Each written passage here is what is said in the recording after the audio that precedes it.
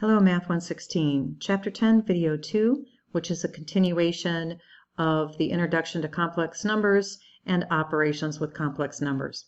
Now, we had started when we left off in Video 1 with adding complex numbers, and we had gotten to the second one where I was noting it could be rewritten either as a subtraction sign or adding a negative, minus 4j. I'll say, however, that this is the more common nomenclature.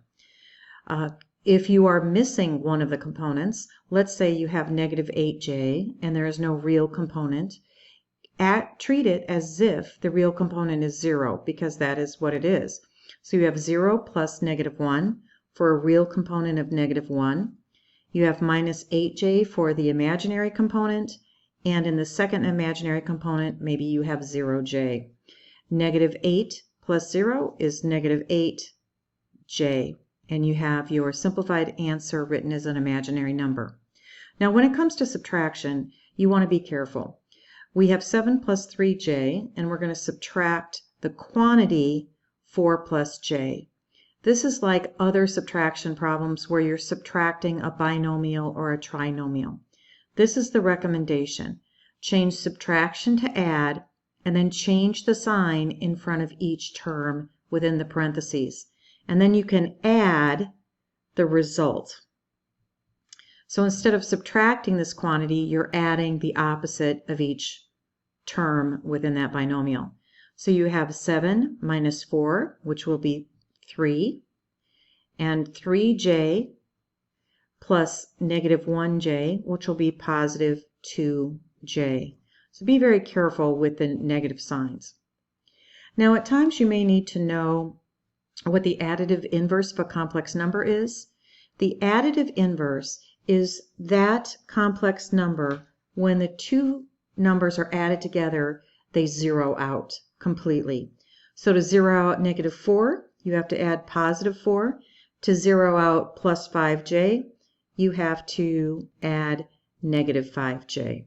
And when you combine those two through addition, a true additive inverse will result in 0 for the real component and also 0 for the imaginary component. And of course, that value can be written as 0.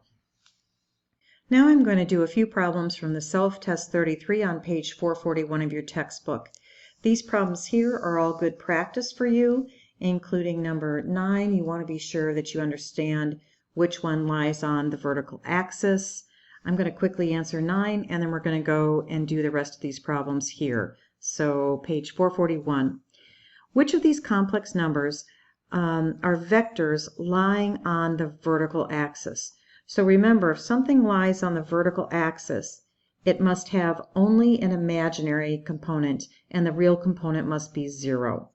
So this has a real component, doesn't qualify. This has only an imaginary component. This will fall on the vertical axis or the imaginary axis. This one has only a real component, so that actually lies on the horizontal axis, not the vertical axis.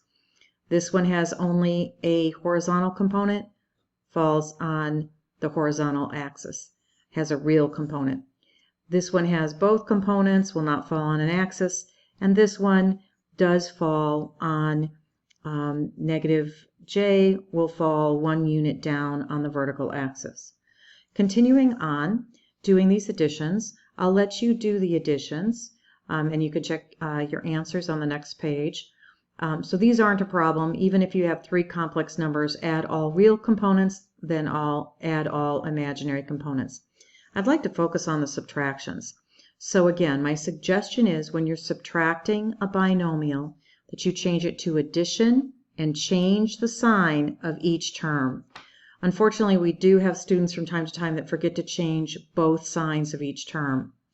So I have 1 plus negative 2 yields a negative 1. I have plus 2j plus 3j. Again, this is plus and plus 3j, so that yields a total of 5j. Continuing to number 13, we have a negative sign here. I'm going to change the negative to a positive, change the first term sign, and change the sign of the second term. So we have 0 plus 1 yields 1. We have negative 5 plus negative 0j. So that's going to be kept as negative 5j. Excellent, our answers check. Now moving on, we're going to do just some quick practice with the resultant vectors, and you may want to try each one very quickly. First, to find the resultant when given two vectors, it's simply addition. 0 plus 180 yields 180, and on the imaginary component, negative 370 plus 0j will yield negative 370j. So you have 180 minus negative 370j for the first problem. You can do the same when there are three vectors, so I'm going to skip that one, leave it up to you. But importantly, when you have the resultant vector 300 plus 200j, and you're given one of the vectors that adds up to it, please make sure you know how to subtract properly to find the missing vector that was added, or that can be added to yield the resultant. This is the way I like to show my work. 300 plus 200j.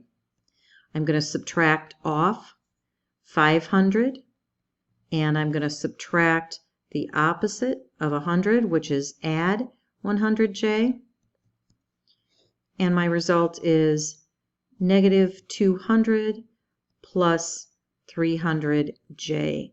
This is the missing vector A that when added to B should yield 300 plus 200j. Now, the way I showed my work, I would actually want to add B down here to double check my work. So B was 500 minus 100j.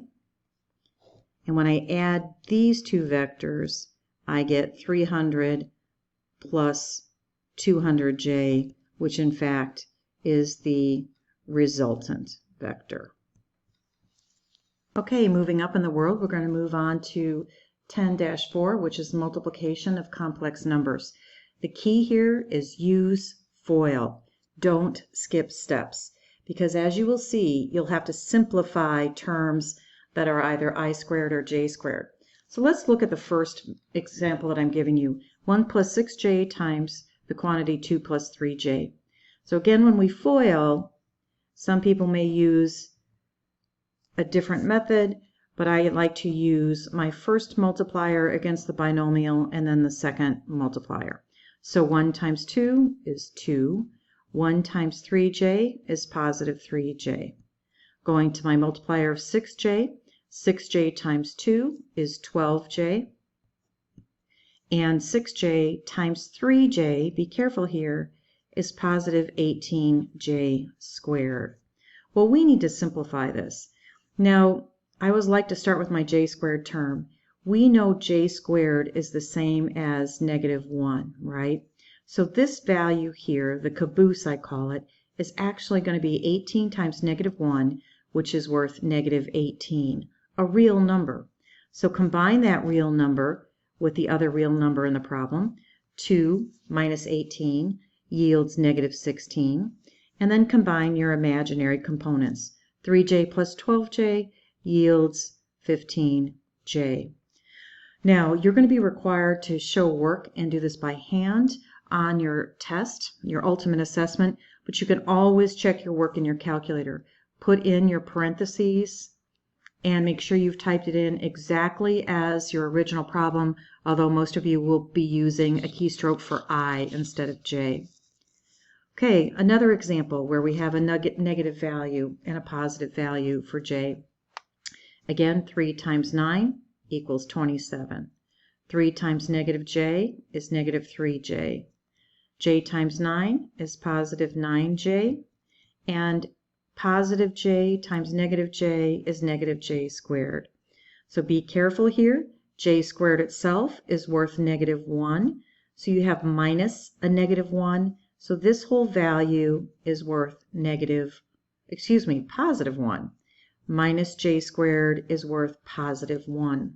So again, I'm going to be systematic about my approach and combine my real components for 28 and combine my imaginary components for 6j. Third example, I'm going to take the quantity 4 plus 3j and square it. Now recall, it is improper algebra to just square the first term and square the second term.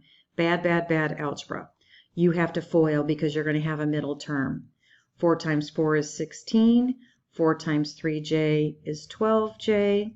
3j times 4 is another 12j. And the caboose is 3j times 3j, which is 9j squared. J squared is -1, so this value is worth -9.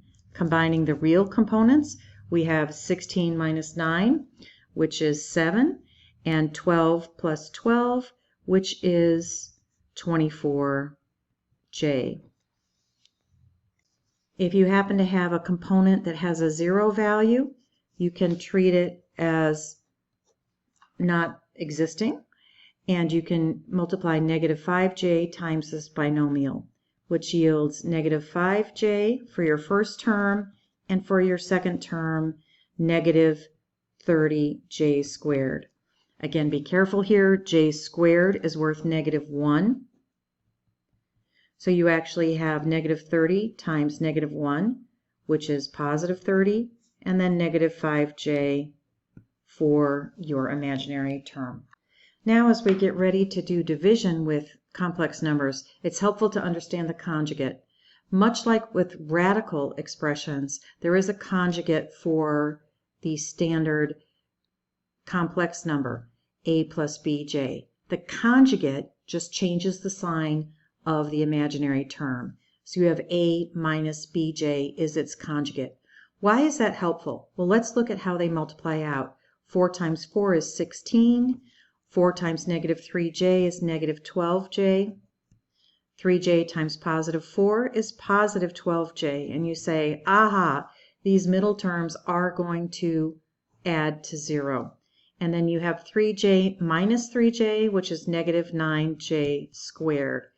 So when you multiply by the conjugate, this caboose term, -9j squared, is really -9 times -1, which is the same as +9 in this case. So this multiplication problem simplifies to be 16 plus 9, which is 27. And when you have to do division with complex numbers, you will need the conjugate for the denominator. So what is the conjugate of -1 plus 6j? The conjugate of -1 plus 6j is actually -1 minus 6j. Remember, just change the sign of the imaginary component. Why is it helpful to use the conjugate? It's needed for division of complex numbers where you have not a monomial in the denominator, but a binomial in the denominator. And I'm going to tackle this first problem quickly with you as we finish off this video. So if our original problem is to divide 2 minus 4j divided by 1 plus 3j, in order to accomplish this, we have to multiply by the conjugate of the denominator. Multiply top and bottom by the conjugate. That way you're not changing the value of the expression, you're rewriting it, because this is the equivalent of 1. Always work on the denominator first. 1 times 1 is 1. The middle terms will drop out. -9j squared is the second term, but we know j squared is worth -1. So the denominator is actually 1 plus 9, which is 10. In the numerator, we're multiplying 2 times 1. We're going to have middle terms here, -6j minus 4j, and the last term is +12j squared. We know j squared is worth -1, so this last value is worth -12. 2 minus 12 yields -10, and the middle terms combine to make -10j. This simplifies fairly nicely. -10 divided by 10 is -1. -10j divided by 10 is -j. And here's your simplified answer for this division problem that required using the conjugate. In the next video, I will do a couple more division problems and also show you how to divide by a monomial. That'll be video 3.